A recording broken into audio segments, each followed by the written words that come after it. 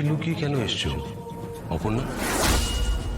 এই সব কিছু তো তোমার, তাও তুমি লুকিয়ে লুকিয়ে এলে কেন? আমাকে বলবে তুমি কেন এসছো? আমাকে তো একবার জানাতে পারতে। এ কি তুমি কাঁদছো কেন? কাঁদার মতো তো আমি কিছু বলিনি। আমি জানতাম না আপনি আসবেন। মানে আমি আসবো এটা যদি তুমি জানতে তাহলে তুমি আসতে না। আমি বুঝতে পারছি না আমার আশা না আসার সঙ্গে কি সম্পর্ক। তোমার অফিস, তোমাকে কেউ প্রশ্ন করবে না, কৈফিয়ত চাওয়ার মতো কেউ নেই, তাহলে লুকিয়ে লুকিয়ে কেন এলে? আপনি কেন এসেছেন স্যার? আমাদের মাঝে আর কোনো ট্রাস্ট নেই, তাই না? একে অপরকে আমরা আর বিশ্বাস করতে পারছি না।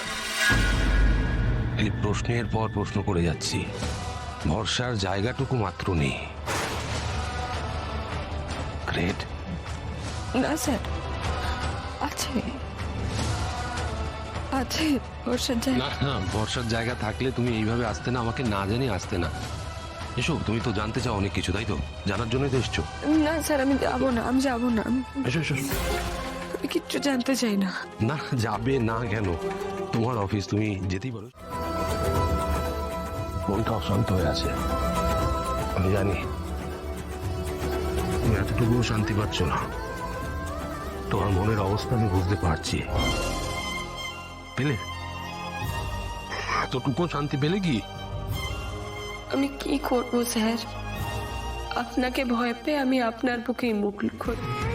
আপনাকে ভয় পেয়ে আপনার থেকে দূরে না গিয়ে আমি আরো বেশি করে আপনাকেই আঁকড়ে ধরি, আশ্রয় চাই। আমার সব জুড়ে আপনি স্যার। আরে দেখে একটু ভালো করে করো।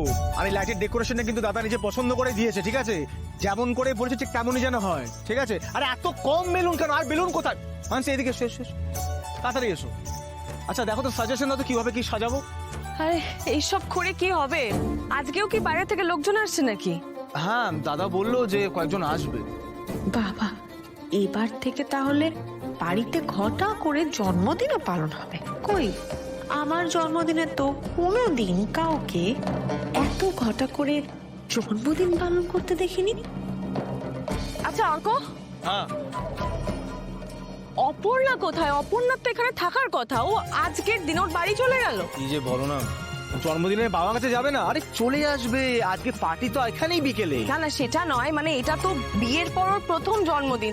আজকে দিনে তো আর্যদার সাথে ওর থাকা উচিত ছিল, হ্যাঁ, তাই না? আচ্ছা তুমি আমাকে সাজেশন দাও না, কি করতে হবে প্লিজ আমি বলো না। আমি মা, মাদ্রুল্লাহ,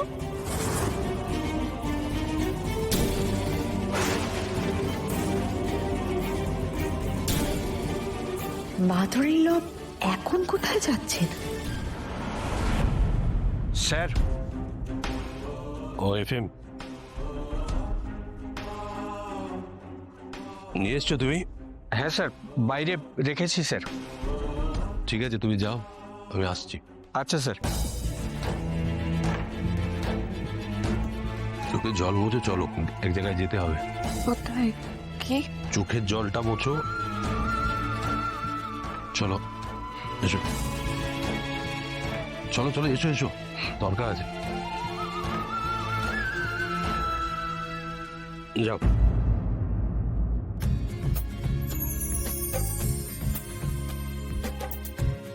আপনি এসব?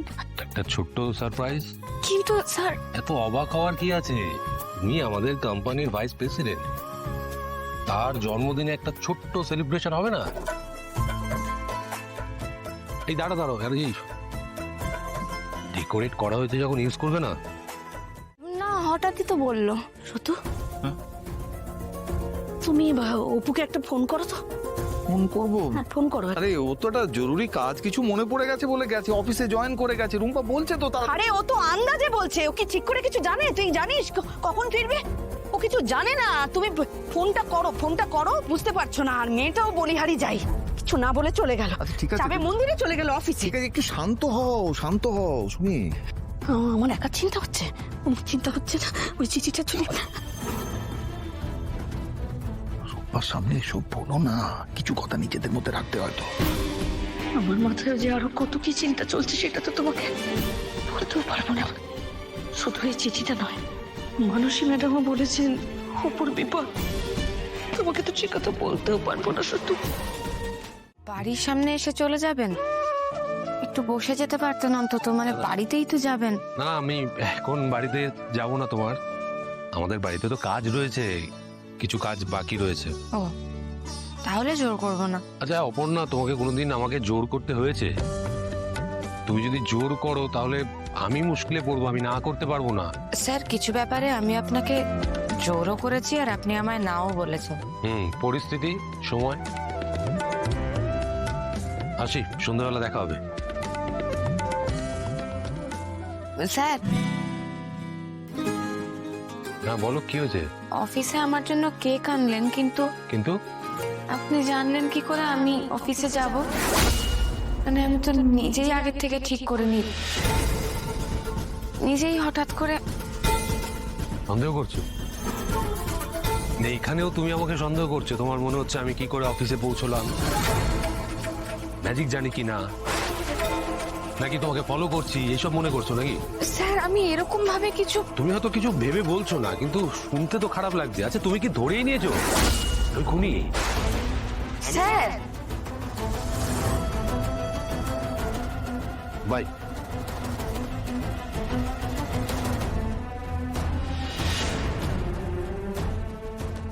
স্যার আমাকে এইভাবে বললেন? এইভাবে?